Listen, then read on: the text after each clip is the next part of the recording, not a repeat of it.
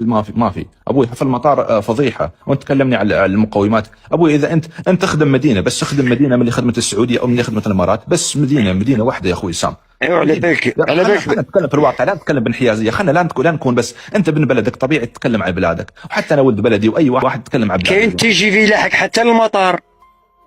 يا ابوي وش هذا؟ الترامواي داير على الجزائر العاصمه، كل راك تقول لي ما كانش من المطار. وش اسمه كيف هذا؟ تخرج من المطار؟ وش اسمه اللي قلت وش هذا اول شيء؟ تي جي في، وش معناته؟ قطار الانفاق. يا ابوي صباح الخير، هذا الاسم اللي قلت انت، هذا اللي عند الفرنسيين، هذا مو بقطار الانفاق، هذا اللي قطار الانفاق يسمونه المترو يا حبيبي، وتجي به هذا يسمونه الفائق السرعه، هذا مو عندكم اوريدي. هذا في عند الصين وعند فرنسا وعند المغرب وعند السعوديه، وحتى احنا بالامارات ما عندنا الثاني، احنا الامارات سريع بس. واش انتم بلادكم فيها 10 مترات كاري؟ واش عندك؟ يا ابوي انت تسوي هال10 مترات هذه، يعني 10 مترات هذه تستقبل 28 مليون سائح سنويا. هذا يا احنا ما نحتاجوش السياح، احنا كون عينا في السياحه رانا طالقينها ليبر. وين قول لي وين اصعب فيزا في العرب؟ اصعب فيزا في العرب قول لي برك. انجاز سويت اصعب فيزا. قول لي اصعب فيزا في العرب وين هي؟ وش يسوي عندك انت؟ حتى كوريا الشماليه اصعب فيزا ترى. ولا جيت للجزائر كيما واش يسوي عندك؟ حتى كوريا الشماليه واش ولا جيت تما للجزائر؟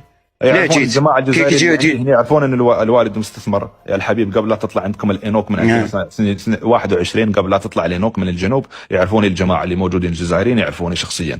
فالمهم بلا ما ادخل في التفاصيل يا الحبيب، حتى كوريا الشماليه انت من جماعه اللي ياكلوا الغله ويسبوا المله هكذا. يا ابوي انتوا اللي اكلتوا غلتنا ابوي، حنا شركه انت اللي تقول لي يا ابوي، قلت لي مستثمر والله. واش قلت لي انت ما تسمع مبرمج انت.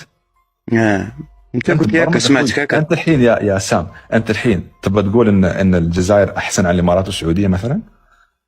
ما قلتلكش احسن، صح الحمد لله.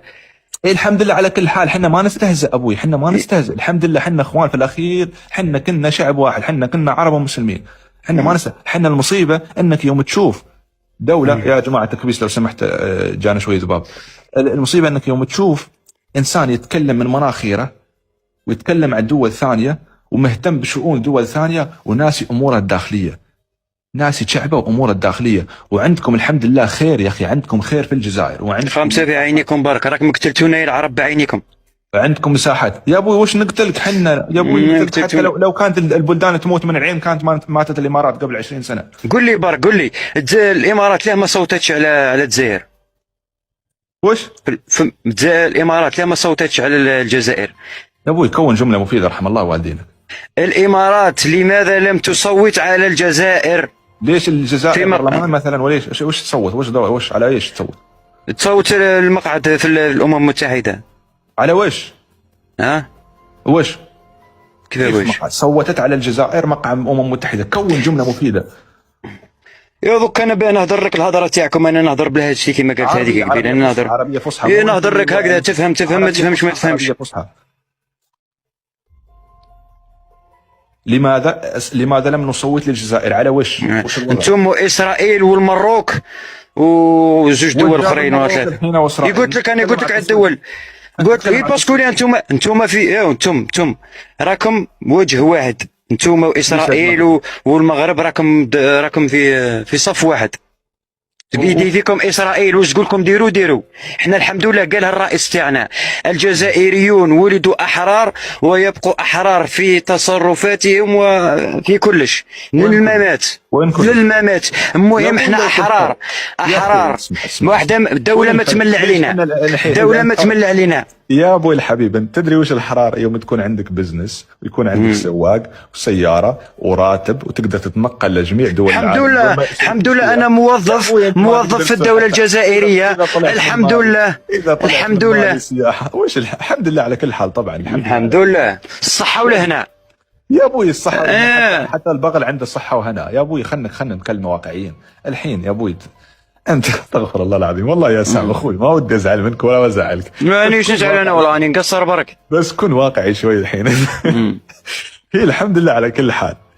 بس انت ليش مبرمجين على ايديولوجيه ان اسرائيل تتحكم وان العالم يتحكم وغير. شوف اذا تحكم اسرائيل يا ابوي خلها تتحكم. انا حتى لو يحكمني الشيطان، اهم شيء نعمه الامن والامان والغذاء. ولا احنا الحمد لله ثاني الامان، الحمد لله الحمد لله ثاني الجزائر الحمد لله. يا ابوي لحظه شوي يا اخوي سام، انت الحين بالله عليكم انت بتقارن، الحمد لله على كل حال، انت تقارن نفسك مع اي دوله، قارن نفسك مع مالي، مع غينيا، مع كينيا، اقول لك اوكي، بس لا توصل تقول لي الامن والامان ولا اكل والغذاء والسفر وغيره. ابوي تدري ان الدوله تقاس بعملتها وتقاس بجواز سفرها. انت تجيب العمله، انت اقتصاديا احسن من الصين، العمله تاعك اكبر غلاء تاع الصين. كاين ولا ما كاينش؟ انت اقتصادك احسن من الصين؟ ايه ايه طبعا اقتصادي اغلى من الصين والله. ايه والله ابي